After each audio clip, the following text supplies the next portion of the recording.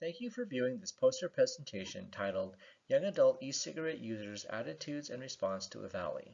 This study examined the knowledge, attitudes, and behaviors of young adult e-cigarette users in Southern California in light of the electronic cigarette or vaping product use attributed lung injury or EVALI outbreak in 2019.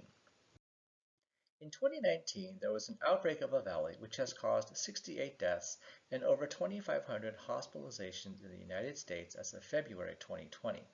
When the outbreak began, the source was unknown, though it tended to affect young adults.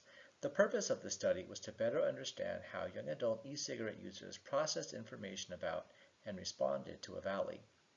In fall 2019, college-going young adults were recruited from 2 universities in Southern California to participate in focus groups on campus tobacco policies. Inclusion criteria for the larger study were being age 18 or older, being a student at one of the 2 universities, and self-reported use of a tobacco product on university property. 7 focus groups were held with 52 individuals. For this analysis, exclusion criteria included being older than 29 years of age and not being a current e-cigarette user. A phenomenological approach was utilized to analyze data from participants who reported past 30-day use of e-cigarettes. A textual and structural description of e-cigarette users' understanding of and behavior response to EVALI was created for each participant from the focus group transcripts, then synthesized into a composite description. Individual textual structural descriptions were constructed for 38 individuals aged 19 to 28 years among a total of 47 e-cigarette users who participated in focus group discussions.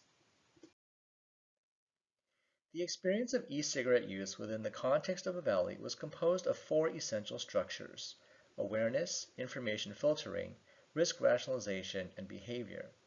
Awareness is the initial stage of becoming alerted to and learning about any elements of EVALI. Information filtering is the process of comprehending, accepting, and prioritizing the information encountered about EVALI. Risk rationalization refers to the development of rationalizing a course of action in light of information accepted about EVALI, perceptions of harm associated with EVALI, and past and existing e-cigarette behaviors and experiences.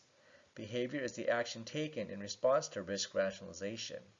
Each domain is composed of interrelated themes in this figure which constituted patterns of experience. There was universal awareness of EVALI from multiple information sources, including traditional news media, family, friends, and user-generated social media content. Information was filtered at 2 levels. The first was acceptance of the legitimacy of EVALI cases. Most participants accepted EVALI cases as legitimate, though some questioned them as fake news or a government conspiracy to ban e-cigarettes. A second level of information filtering by some was related to the causes of EVALI, which included fake cannabis products, any fake products including cannabis and nicotine vapes, and excessive vaping. Those who engaged in only a first level of information filtering fell into 2 risk rationalization groups. Those who acknowledged but disregarded risk of harm from EVALI did not report any efforts to change behavior. Those who accepted the increased risk of harm from EVALI either changed their behavior or considered doing so but did not due to addiction. Those who engaged in a second level of information filtering developed risk rationalizations which lowered perceived harm because they did not use fake products or only vaped moderately or occasionally. Both of these groups reported no effort to change behavior. In spite of existing information on the health harms of EVALI and recommendations to discontinue use, young adults in this study justified continued use through cognitive processes consisting of 4 essential structures: awareness, information filtering, risk rationalization, and behavior.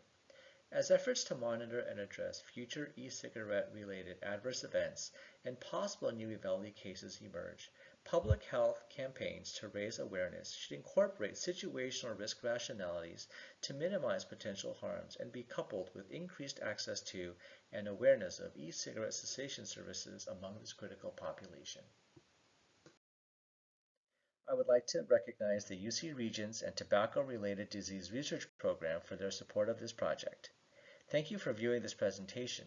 Please feel free to contact me at the information on this slide for more information.